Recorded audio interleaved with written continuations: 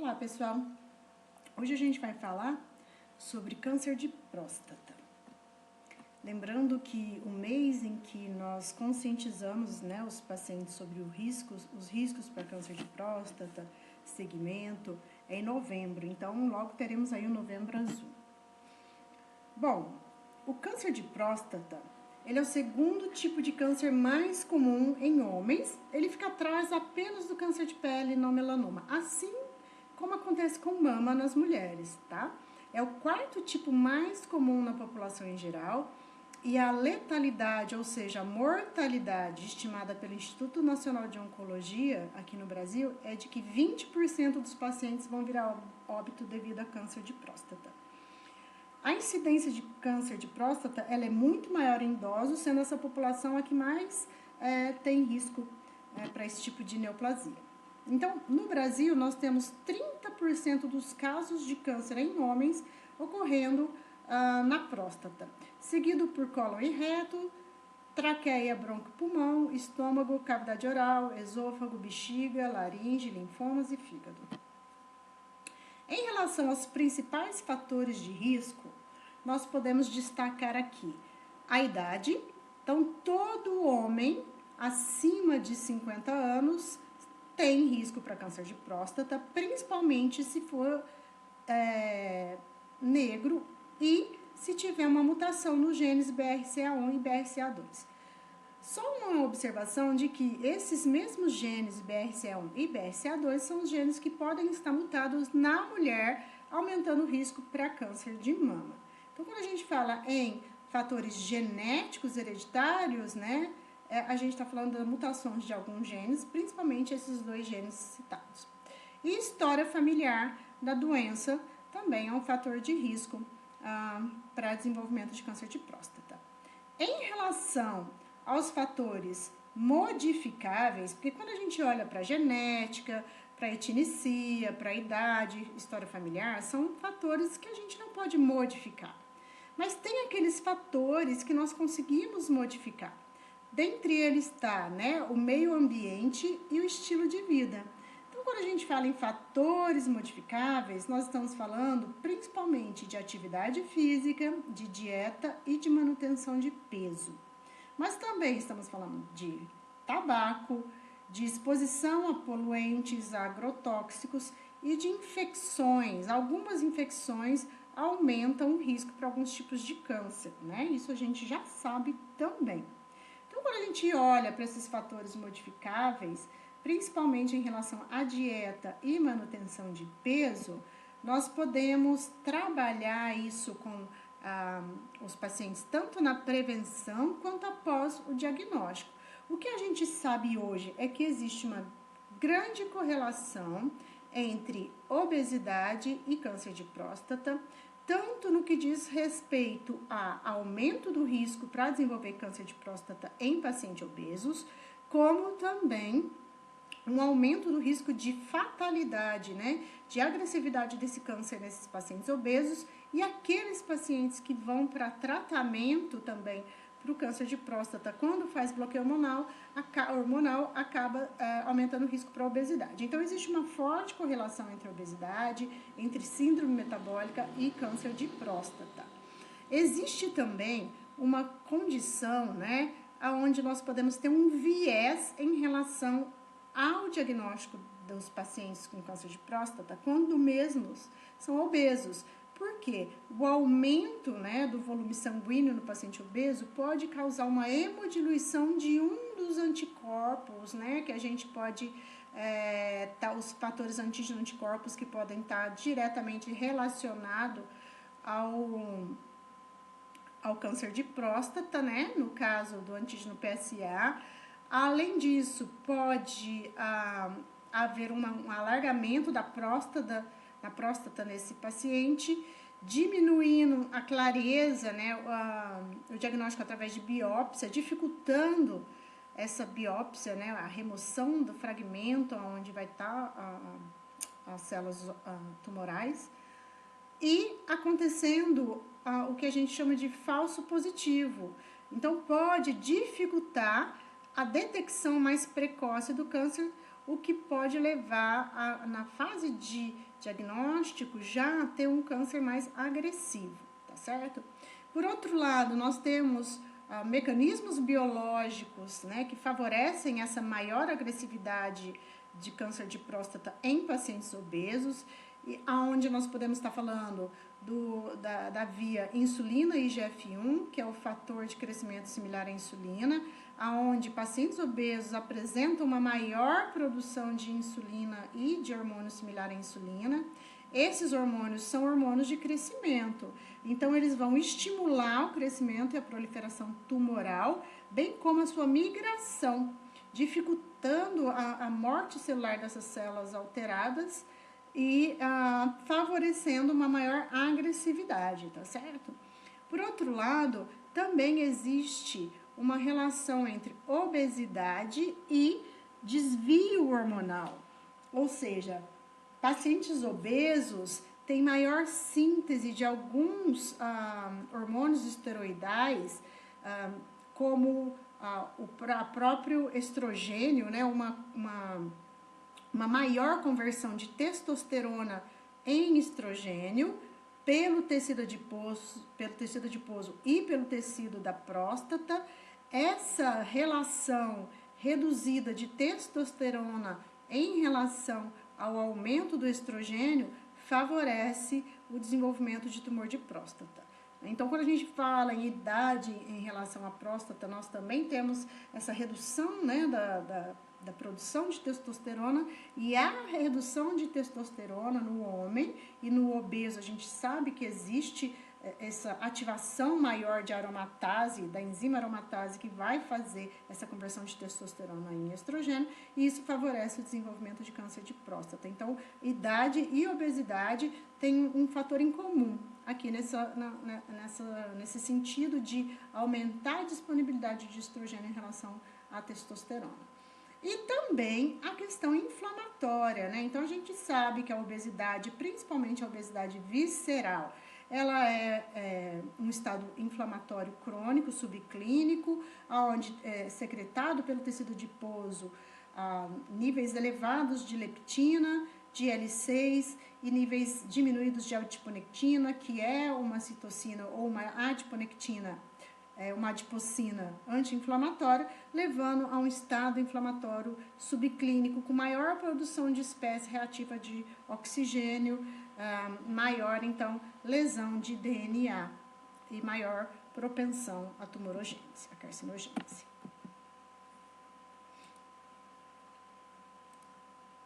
Bom,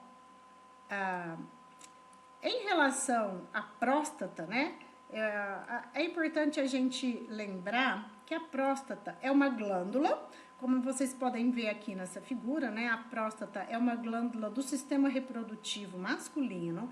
Ela vai estar localizada em frente ao reto, né, em frente ao reto, ao intestino, a porção final do intestino, e embaixo da bexiga. O tamanho da próstata em pacientes jovens é de aproximadamente o tamanho de uma noz, mas pode ser muito maior em homens mais velhos. Então, conforme a idade vai passando, pode acontecer uma hiperplasia dessa próstata também.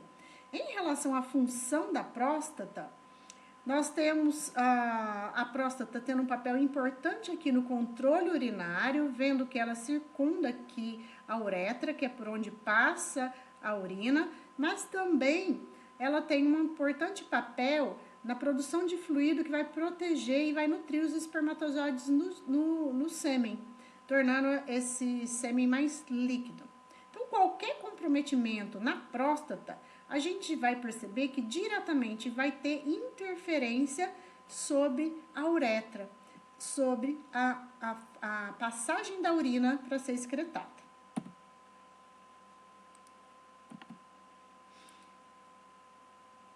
Nós temos duas situações em que pode ocorrer essa interferência da próstata na passagem da urina, na onde nós podemos ter um perfil maligno, onde o câncer está instalado, e em outra situação, onde nós temos um perfil benigno, que é a hiperplasia de próstata.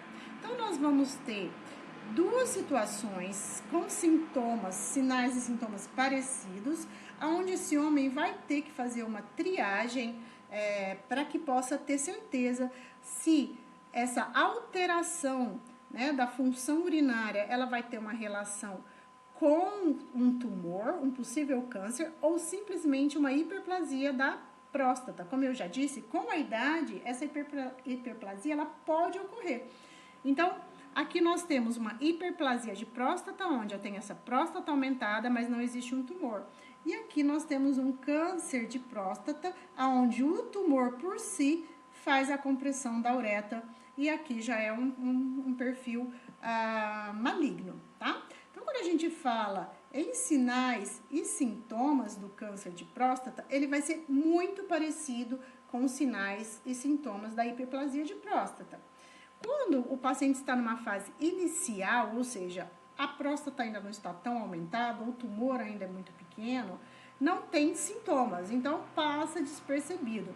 Quando esse tumor já aumenta de tamanho e o câncer fica numa fase mais avançada, esse paciente começa a apresentar alguns sintomas muito específicos, como aumento da frequência urinária, mesmo que com pouco volume, tá? Esse jato da urina, ele fica enfraquecido, a urina ela fica mais concentrada, porque vai ser pouco volume, então é um jato amareladinho, a urina fraca em gotas. A vontade de urinar, ela é muito frequente, principalmente à noite, o que nós chamamos de nictúria.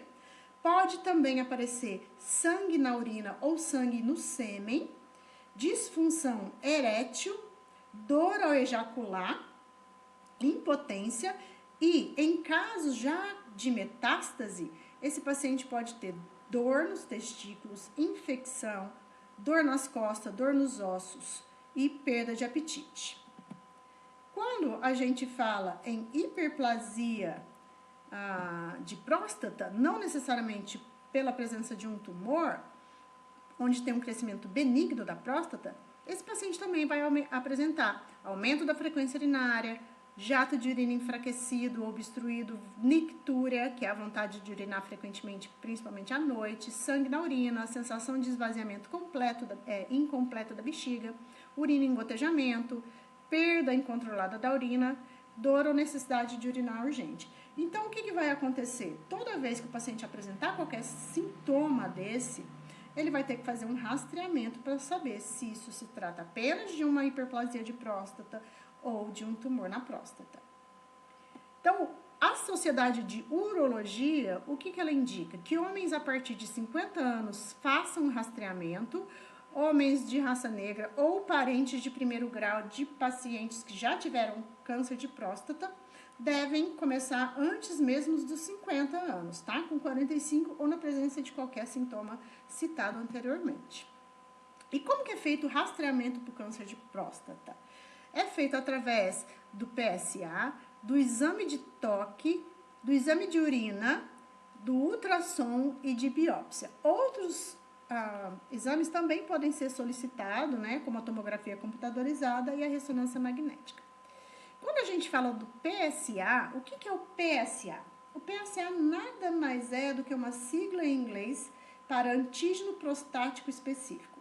Então, ele é um marcador antigênico, onde ele indica possível alteração da glândula. Veja, não necessariamente, nem sempre um PSA um pouco aumentado, ele pode significar um tumor, porque ele pode aumentar por outras doenças.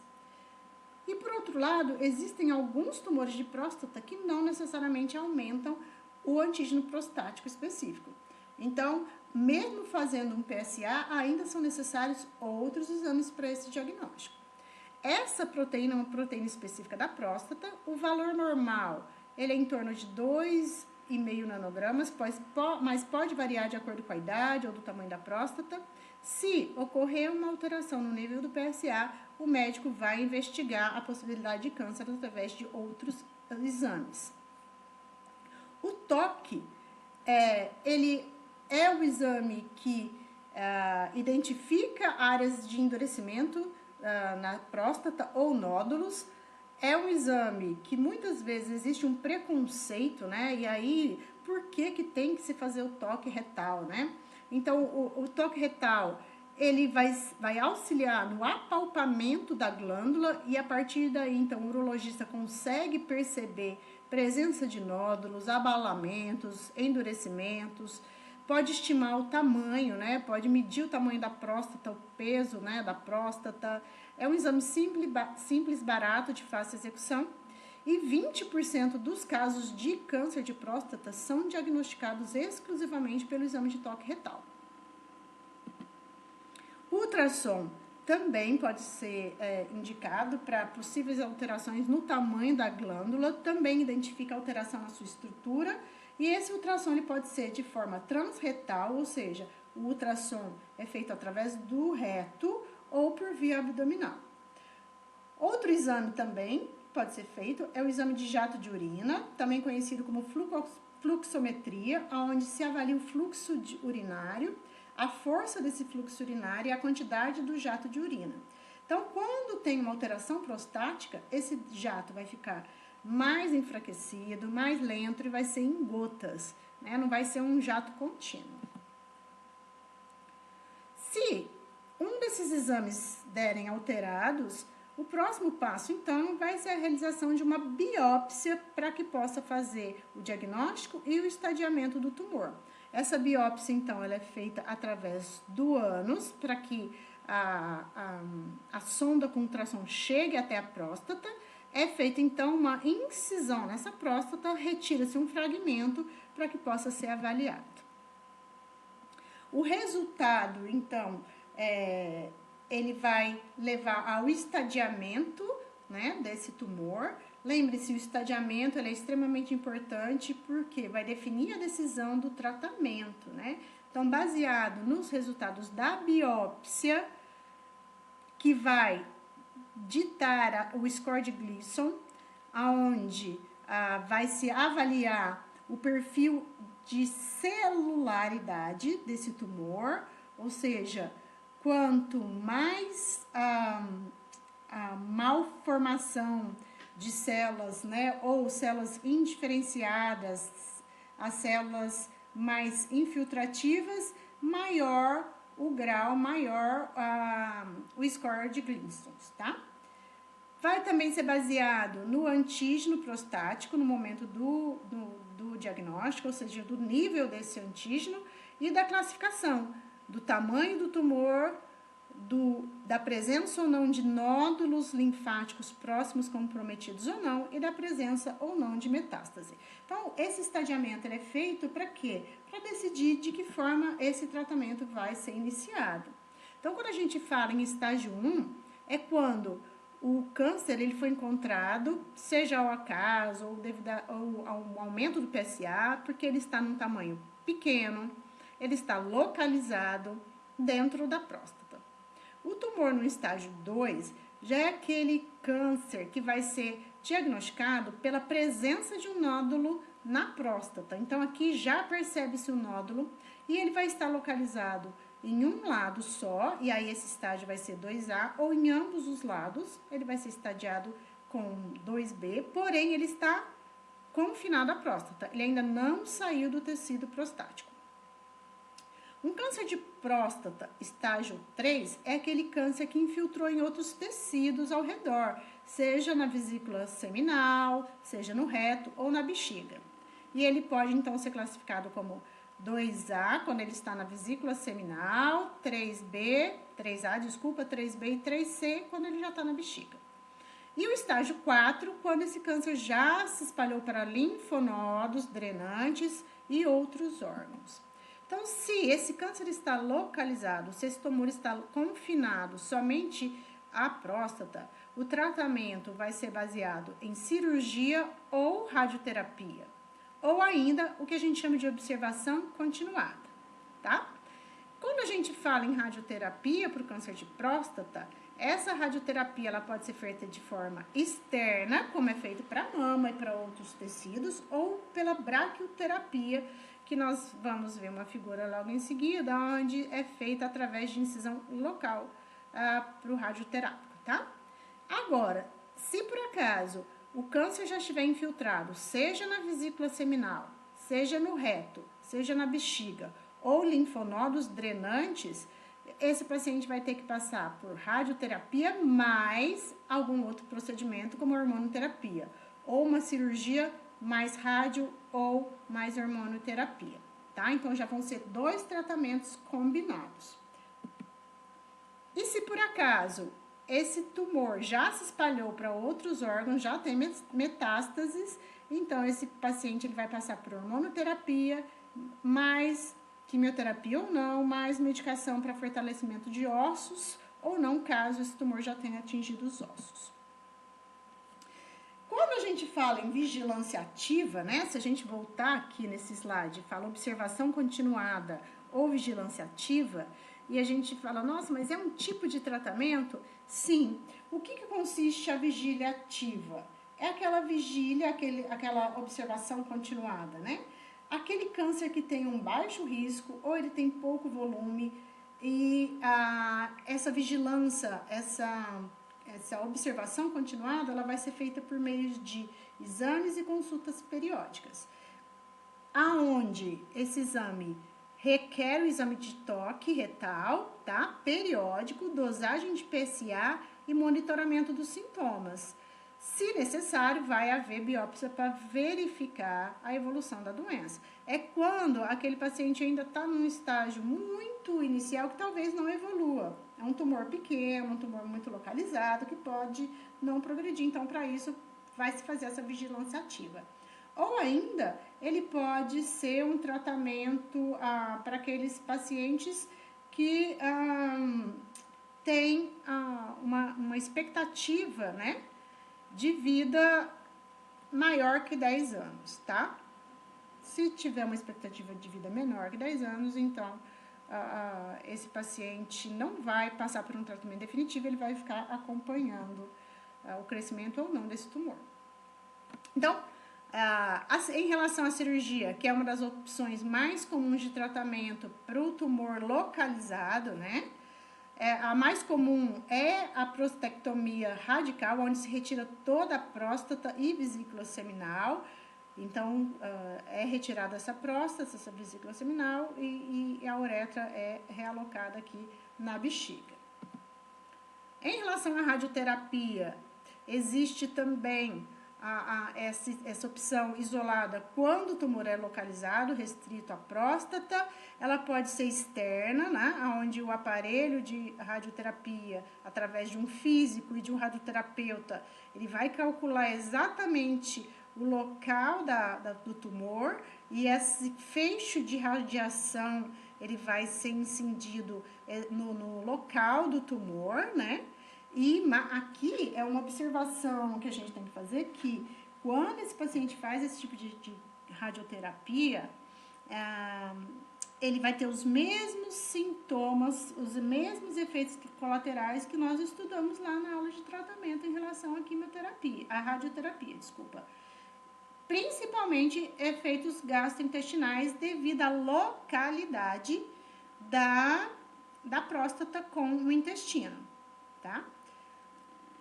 Outro tipo de radioterapia que pode ser feita também, que é guiada por imagem, é através do ânus, aonde são inoculados sementes radioativas na próstata do paciente. É como se fosse um grãozinho de arroz que vão ser os radioterápicos, são inoculados através do que a gente chama de bracterapia, tá?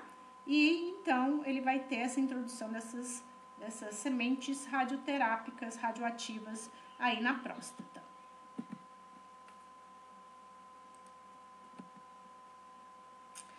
Em relação à quimioterapia e bloqueio hormonal, ela vai ser utilizada para aqueles tumores recidivantes, para tumores avançados e também para tratamento paliativo.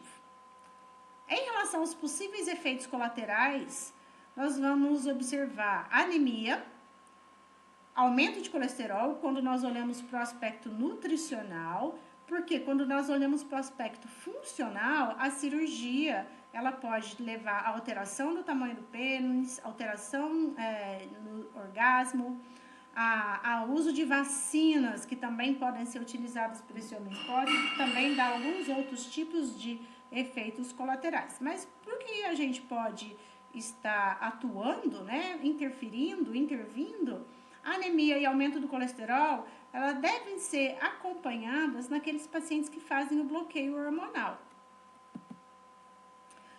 Além disso, a hormonioterapia, ela também leva à diarreia, assim como a quimioterapia. Mas a gente tem que avaliar esse paciente porque ele pode estar fazendo hormonioterapia mais radioterapia. Então, a gente tem que dançar conforme a música, né? Então, vamos avaliar o tratamento que esse paciente está fazendo e qual que é o efeito colateral que ele está tendo. Então, a diarreia, ela pode estar presente nos pacientes em hormonioterapia e nos pacientes em quimioterapia. Então, nós temos outros diversos efeitos colaterais, como depressão, diminuição da agilidade mental, como feito a hormonioterapia, principalmente, né? Diminuição de testículo, de libido, dor abdominal, dor nas articulações, fadiga, tá? Em relação à quimioterapia, vão ser os mesmos efeitos colaterais que nós já vimos em relação aos quimioterápicos, que também pode levar a fadiga, a formação de coágulos, alterações da imunidade, tá? Ainda em relação a aspectos de estado nutricional, esses pacientes que fazem bloqueio hormonal, eles vão passar por ganho de peso, como eu falei para vocês lá no início da aula, né? Então, o ganho de peso, a obesidade antes é um fator de risco para o desenvolvimento e o tratamento com hormonoterapia leva ao aumento de ganho de peso.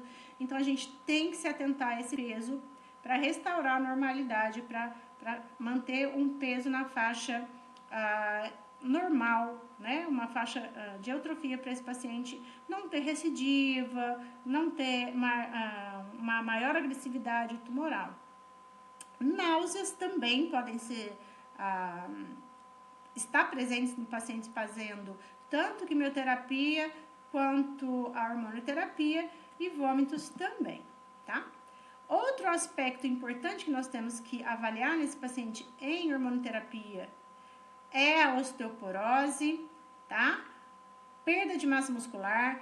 Isso pode acontecer também a perda de apetite na quimioterapia, se ele está fazendo os dois simultaneamente, então ele vai ter uma depressão de massa muscular, uma depressão de ingestão pela perda de apetite, mas ele pode, ainda assim como na mama, desenvolver obesidade sarcopênica, porque ele pode perder músculo e ganhar tecido adiposo, tá? Principalmente pela questão hormonal, que vai ter uma redução aí da testosterona e um aumento de estrogênio. Problemas hepáticos também podem ser desenvolvidos devido à hormonoterapia e intestinais, tanto pela radioterapia quanto por alguns tipos de cirurgia, como a criocirurgia, que é um tipo de cirurgia que alguns pacientes podem fazer, que, né, através do congelamento daquele tecido tumoral.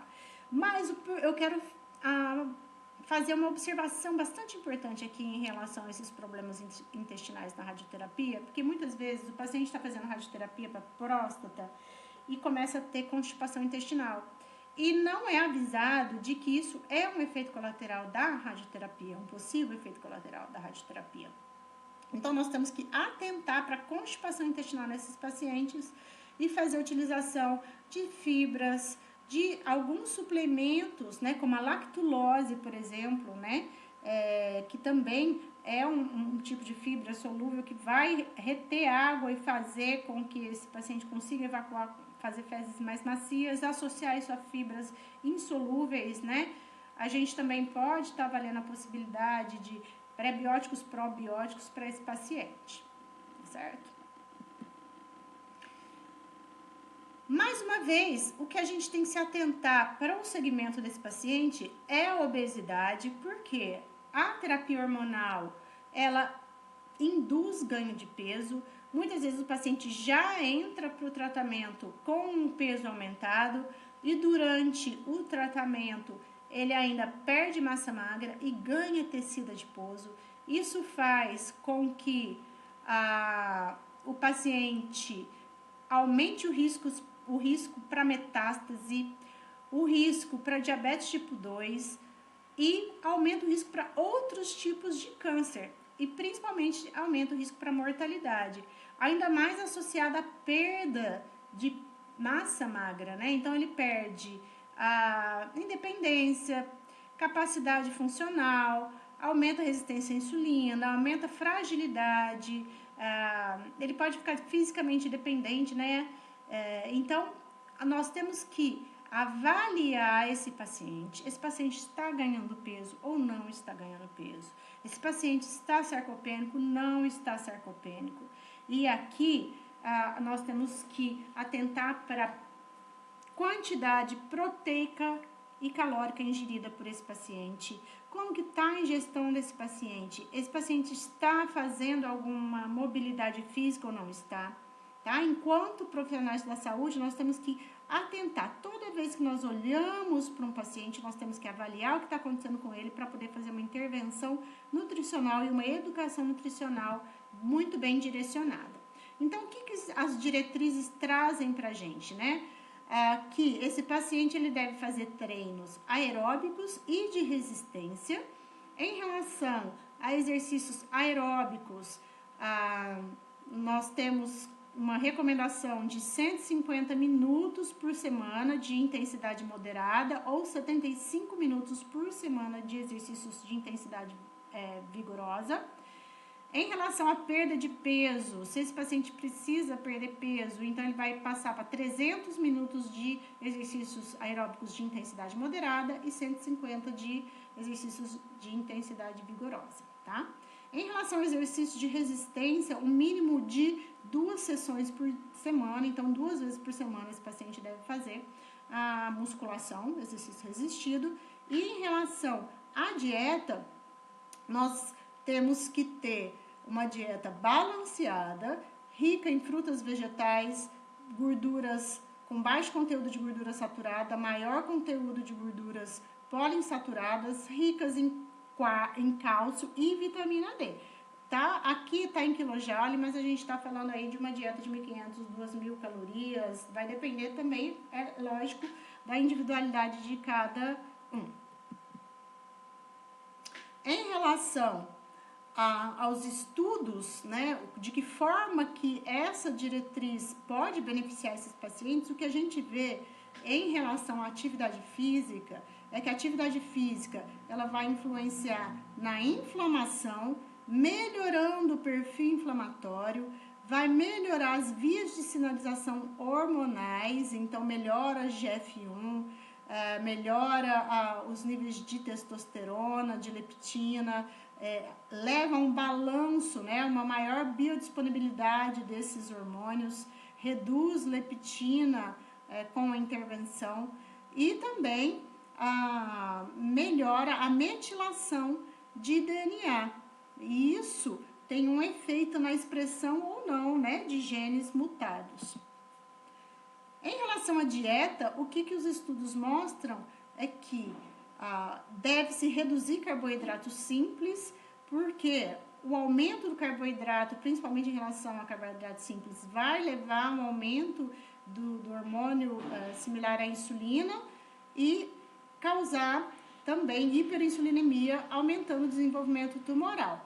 Por outro lado, alimentos proteicos, né? Alimentos ricos em fitoestrógenos, eles bloqueiam receptores de estrógeno, então nós temos que aumentar a proteína, diminuir carboidrato.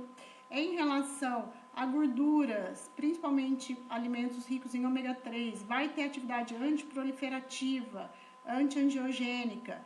Alimentos ricos em isotiocianatos, né, em vegetais, bloqueia receptores de hormônio. Nós vimos todas, em relação a esses vegetais com propriedades antitumorais, na nossa aula de quimioprevenção. Então, eu gostaria que vocês voltassem lá e revissem quais são esses alimentos, principalmente os ricos em isotiocianatos, tá? Vitaminas do complexo B para reduzir a depressão de folato, vitamina C, vitamina A para proliferação celular, como fonte de antioxidantes para diminuir o estresse oxidativo, os fitoquímicos, como a epigalocatequina presente no chá verde, né, no café, nas sementes que são ricas em em atividades, em vias pró-apoptóticas, que vão auxiliar na depressão dessas células carcinogênicas, são ricos em antioxidantes, né, que também vão reduzir o estresse oxidativo.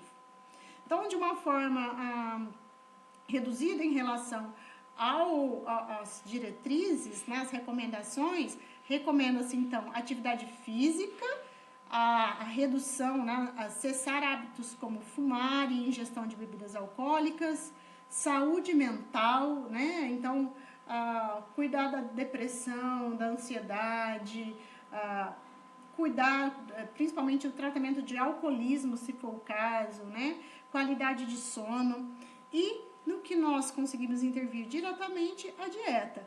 O que as diretrizes trazem para a gente? Elas trazem que as dietas no modelo DASH e mediterrânea seriam as mais adequadas.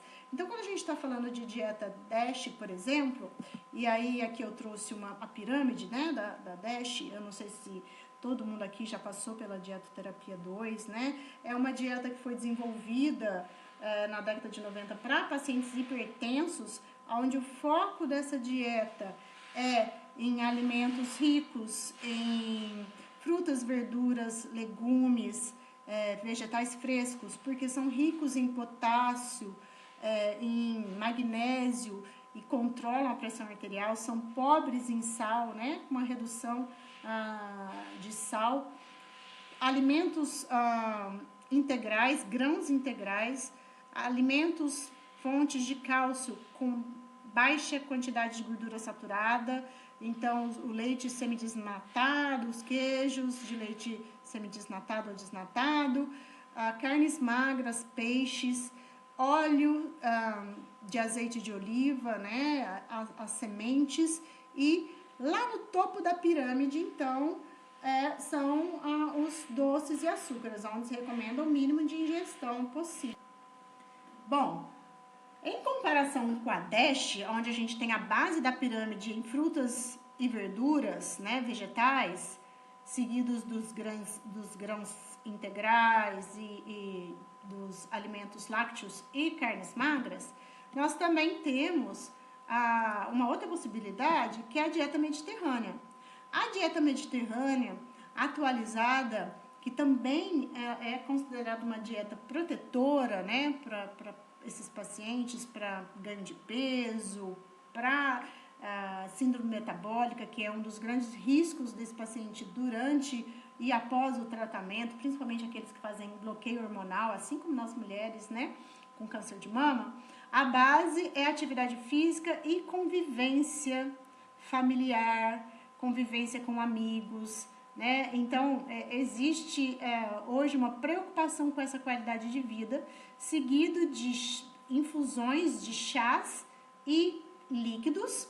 Então, aqui a gente pode incluir os chás ricos em catequinas, como chá verde, chás diversos, tá? Só lembrando sempre que se o paciente está fazendo quimioterapia ou hormonoterapia, a gente tem que ver se aquele chá bloqueia ou não o quimioterápico, se disputa pela mesma via de metabolização ou não, tá?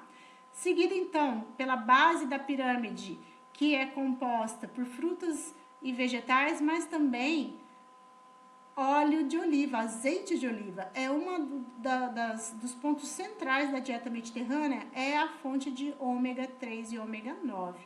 Aqui na base da pirâmide deles também estão os grãos cereais, integrais, desculpa, tá? Seguidos de sementes, depois os alimentos lácteos, carnes magras, batatas, carnes vermelhas e, por fim, também os doces. Em relação ao Mediterrâneo, eles adicionam 1 taça de vinho durante as refeições por dia. Só que hoje a gente já não tem mais essa dose segura para álcool. Então, a recomendação é retirar totalmente o álcool. Mas parece que tanto a Mediterrânea quanto a DASH são dietas que auxiliam na prevenção e no controle para o câncer de próstata, principalmente porque esses pacientes tendem a se tornarem obesos se estiverem fazendo bloqueio hormonal. O mesmo, gente, a gente pode utilizar para o câncer de mama, porque também vamos ter alterações hormonais importantes aí, ganho de peso durante o tratamento, né? Então, em relação ao manejo nutricional após o diagnóstico, nós vamos voltar naqueles conceitos, onde reduzir a ingestão de carboidratos simples, nós não queremos ter oscilação de insulina durante esse momento, porque o hiperinsulinemismo ou a resistência à insulina pode agravar o desfecho do paciente, né? Diminuir o consumo de carnes vermelhas e alimentos processados. A gente já viu que carne vermelha não deve se passar de 300 a 500 gramas por semana. Alimentos processados, evitar o máximo possível, né? Preferência não fazer utilização. Reduzir gordura saturada. Adotar padrões com alta ingestão de vegetais, principalmente os crucíferos, e aqui nós estamos falando novamente do brócolis, né, da couve-flor, do repolho. Adotar, então, a dieta mediterrânea e DASH, né? Ingestão de tomates também é indicada para a proteção da próstata, né? Então, um dos carotenoides mais indicados para proteção de próstata é o licopeno. A gente tem muitos estudos com isso, devido, né, então o tomate, aí os frutos vermelhos, mas o tomate, devido à sua concentração de licopeno, principalmente quando ele é aquecido em óleo, né, que aumenta em 2.000% a sua concentração, é indicado. Fitoquímicos de chá e de café, lembrando que tem que ser um café puro, de preferência torra média ou clara, também pode ter um papel aí na prevenção, não só da doença, mas da recidiva nesse paciente, tá? Do retorno da doença. Então, quando a gente fala em licopeno, é importante a gente destacar aqui, porque é um dos componentes mais estudados para proteção para o câncer de próstata, devido a seus mecanismos de neutralização de espécie reativa de oxigênio. Então, ele tem mecanismo antioxidante, ele aumenta também o potencial antioxidante de outras enzimas, tá? O que vai levar a um menor dano do DNA e diminuição de carcinogênese, mas também tem outros mecanismos, não somente antioxidantes, como regulação do ciclo celular, modulação da expressão gênica, melhora da resposta imune, né? E reduzindo, então, o risco de outras doenças outras doenças crônicas, como doenças cardiovasculares, que podem ser um desfecho desses pacientes que passam pelo tratamento de câncer de próstata, tá?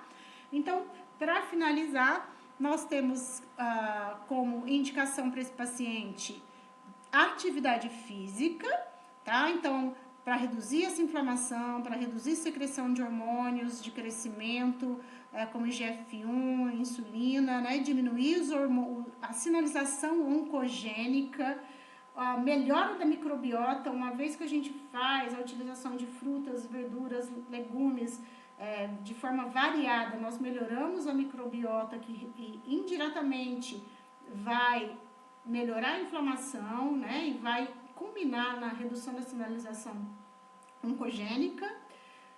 A relação do substrato energético para reduzir a adiposidade, né? Diminuir a síntese de estrogênio e diminuir a sinalização oncogênica também, e também alterações epigenéticas, né? Então, quando a gente consegue oferecer para esse paciente fitoquímicos, compostos fenólicos, a gente também consegue melhorar essa epigenética, silenciando os genes ou retardando a expressão de alguns genes que podem ter relação com a carcinogênese. E manutenção do peso, tá? Manutenção do peso, ela é extremamente importante para a redução de adiposidade, para a redução de estresse oxidativo, de mutação genética, de sinalização oncogênica. Isso tudo vai ajudar tanto na prevenção para o desenvolvimento do câncer, no desenvolvimento tumoral, no aumento de sobrevivência e na redução de recorrência da doença. Então, a gente acabou de ter uma aula sobre câncer de mama. Esse conjunto de manejo nutricional, de atividade física, de manutenção de peso, ele vai ser aplicado tanto para o câncer de próstata conta de mama. Então, lembrando sempre que nós temos que nutrir o paciente. Então, sempre pensar numa alimentação onde eu estou nutrindo a célula desse paciente. Muito obrigada.